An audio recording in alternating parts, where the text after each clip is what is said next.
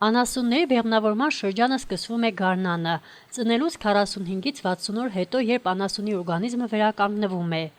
Բացի բնական ճանապարհից անասուններին կարելի է բեղմնավորել արհեստական ճանապարհով։ Երկու տարբերակներն էլ ունեն իրենց առավելությունները եւ թերությունները։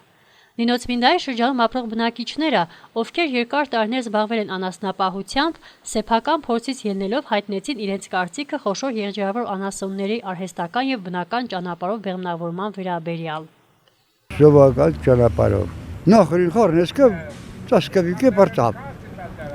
Դեղմավորվա բրտավ։ Բողան թողնում էին նախերի մեջը դեղմավորվում էր։ Հիմի էտիկ բան չկա, վերացավ էտիկ։ Կոլխոզը վերացավ։ Ետոնք է վերացան։ Սեփականությունը կողան պահեմ են, դեղմավորում են մալին բրտավ։ Կահորենիկ է ճիշտ, ինչ ասեմ քեզի։ Ասեք դուք ձեր փորձից նայած պարոդի։ Արհեստական բեղմնավորելով սորտը փոխվի, չէ՞։ Հա։ Ու էդիկ լավ է թե վատ։ Լավ է ճիշտ չէ։ Կովը ունի ինքիրեն վախտը։ Բեղմավորել ինքան մարդիկ են բեղմավորում, հենց մեր մելին նորաշեն։ Ոչ մի արդյունք չեն անի, այդ բեղմավորումը։ Այսինքն արհեստական են, հա։ Արհեստական են, հա։ Պիզի մալը այդեն քաշը, մեկ ունենակ մեջը փողա, ու ինքը փողով պիզի իքեն, վերջացնեն, իրեն կորձի։ Ես կով բայել եմ, ես իքը, ինչի հասար եմ մնաց սեկտեր ժամը կովեն, իմանի որ ինքիրեն վախտը չեղե, սենք աշունք է, սենք աշունքն է փողա չեղե, պաստիել են բեղմավորենք, ես չեմ թողը բեղմավորում։ Անասնաբույրների մեծ մասն արհեստական բեղմնավորումը գնահատում է որպես արդյունավետ եւ հուսալի մեթոդ։ Նինոցմինդայի մունիցիպալիտետի անասնաբույժ Արթուր Մղդեսյանը մանրամասն ներկայացրեց, թե տարվա որ ժամանակահատվածում է կրկին լինում անասունների բեղմնավորումը եւ խոսեց արհեստական բեղմնավորման առավելությունների մասին։ Քան որ արդեն ծանոթաբերու անասունները ծանոթաբերության արդեն 50-ից 60% եղել է, ama առողջ անասուններ արդեն պետք է գան ցանկության։ Տեսեք, սովետական միության ժամանակը մեր շրջան ունի գոսպլեմ ստանցիա։ Անդերե միջև հիմի շենքերն եկան,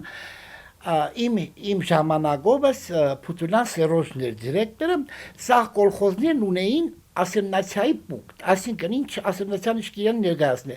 Արհեստական բեղմնավորում անասուններն, կեստանային հոյակապ հորթեր, մեսադու, կատնադու, մեսակատնադու։ Հիմա տեսեք, հիմի քան որ արդեն մեր ժողովուրդը այդ գոսպլեմ ստացան արդեն գոյություն չունի, արդեն քան որ այդ զույգվելու սեզոնն է անասուններուն, թողնինգը ցուլերում մոդելի, դե ցուլերը հիմնականում են աստիճանին բարձր ցուլերը չեն, են քաշով, են բոյով, են բանով, մանդր բաներ են, դե իրենց են ծավալցորտին է, բազբանոր, էդիկ բան չեն։ Հիմի իմ հորդորը ժողովրդին, իսկ ոչ թե գովազդ է, այլ իգիտություն ժողովրդին է, ինչի համար։ Ժողովուրդ ջան, կա հատուկ սերմերը ներմուծը արդեն մեր կով,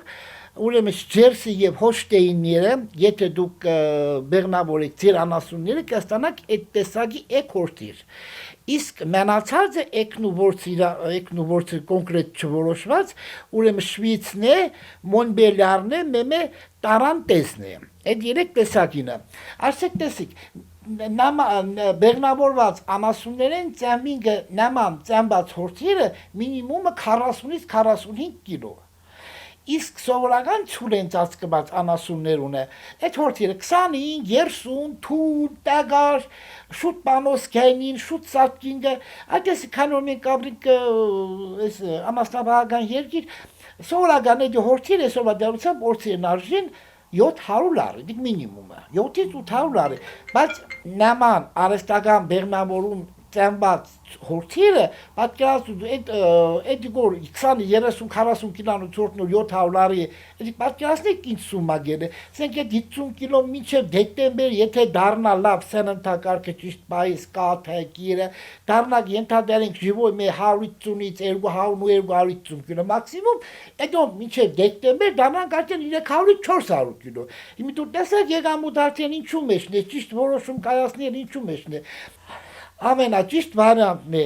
կովը եկավ ցանկության դիմին կա կենտրոն կա արդեն բացվել է կան լավ սերմեր թող տանին իրանց